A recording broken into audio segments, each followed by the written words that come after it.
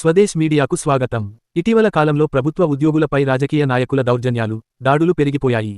Anantapuram DPO Nagaraju నాయుడుపై Tadipatri మాజీ MLA జేసీ ప్రభాకర్ రెడ్డి నీచమైన భాషలో బూతులు తిట్టడం దారుణమైన విషయమని Andhra Pradesh government employees federation chairman Kakarla Venkatramireddy అన్నారు.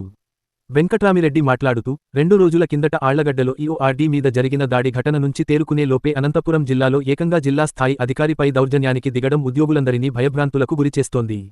ఉద్యోగులపై అధికార పార్టీ నాయకులు దాడులు చేస్తుంటే కేసులు నమోదు చేయకుండా ఉన్నతాధికారులు దగ్గరుండి రాజీ చేస్తున్నారు. దీంతో ఉద్యోగులంటే చులకన ఏర్పడి మరిన్ని దాడులు జరుగుతున్నాయి అని వ్యాఖ్యానించారు.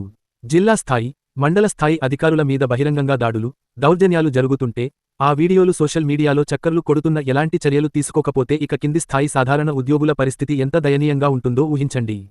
ఇలాంటి పరిస్థితులలో వారు నిష్పక్షపాతంగా పనిచేయగలరా అని వెంకట్రామిరెడ్డి ప్రశ్నించారు.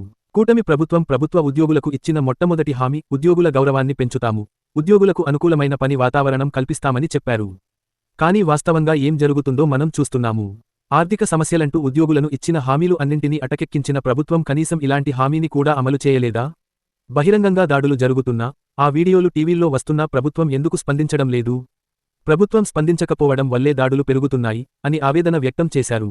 ప్రభుత్వం ఇప్పటికైనా ఉద్యోగుల మీద జరుగుతున్న దాడులను సీరియస్ గా తీసుకోవాలి. దాడులు చేసినా వారిపై కేసులు నమోదు చేయడం ద్వారా ఉద్యోగులకు భరోసా కల్పించాలి. అనంతపురం డిపిఓ మీద దౌర్జన్యం చెందిన జేసీ ప్రభాకర్ రెడ్డిపై కేసు నమోదు చేసి చట్టపరమైన చర్యలు తీసుకోవాలని ఆంధ్రప్రదేశ్ గవర్నమెంట్ ఎంప్లాయీస్ ఫెడరేషన్ తరపున కోరుతున్నామన్నారు.